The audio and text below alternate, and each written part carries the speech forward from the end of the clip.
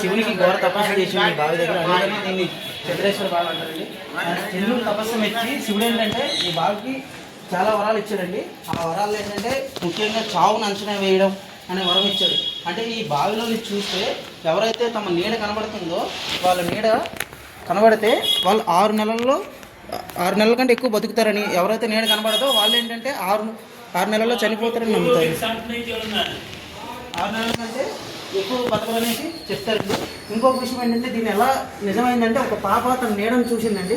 నీడను చూడడం వల్ల నీడ కనబడకపోయేసరికి 6 నెలల్లో చనిపోయిందండి. అంటే అకాల మరణం చనిపోయింది, ఏదో నార్మల్ డెత్ అనుకున్నారు. కానీ తర్వాత ఒక పూజారి కూడా అదే విధంగా తన నీడను చూశాడు, నీడ కనబడకపోయేసరికి తను కూడా 6 నెలల్లో చనిపోయాడు. ఇలా అనేక సార్లు ఏంటంటే ప్రతి ఒక్కరు చూడడం చనిపోవడం వల్ల దీనికి ఏంటంటే మరణాన్ని అంచనా వేసే భావన అంటూ కూడా అంటారు. ఇంకో విషయం ఏంటంటే ఇది ఒక పర్యాటక ప్రాంతంగా మారిందండి. మెయిన్ కాశీలో చాలా అంటే మరణాన్ని అంచనా వేసే భావనకి జనాల్లో కుతూహలం పెరిగింది. అంటే చూడాలి మనం ఎలా ఉంటుంది ఏంటి అనేసి. దీనివల్ల ఏంటంటే చంద్రకూప్ అనేది కాశీలో ముఖ్యంగా చూడవలసింది. ఎవరైనా సరే మన వీడియోని సబ్స్క్రైబ్ చేసుకుని మనల్ని కాంటాక్ట్ చేసినట్టయితే ఇక్కడికి మన గైడ్స్ ద్వారా మనం ఇక్కడికి తీసుకొచ్చి చూపిస్తామండి. Thank you. ఇదిగోండి చూడండి, ఈ వాటర్ ఉంది చంద్రకూప్లోని వాటరు. దీన్ని తాగితే కొంచెం మంచిదండి. తీశారు మన వాళ్ళు.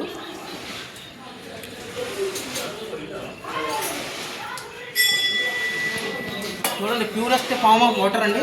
ఎంత నీట్గా ఉన్నాయంటే క్లీన్లో, పురాతనమైన బావి అండి, అయినా సరే ఎంత ప్యూర్గా ఉన్నాయో చూడండి. కాబట్టి మరిన్ని వీడియోస్ కోసం please subscribe Kashi Krishna explores.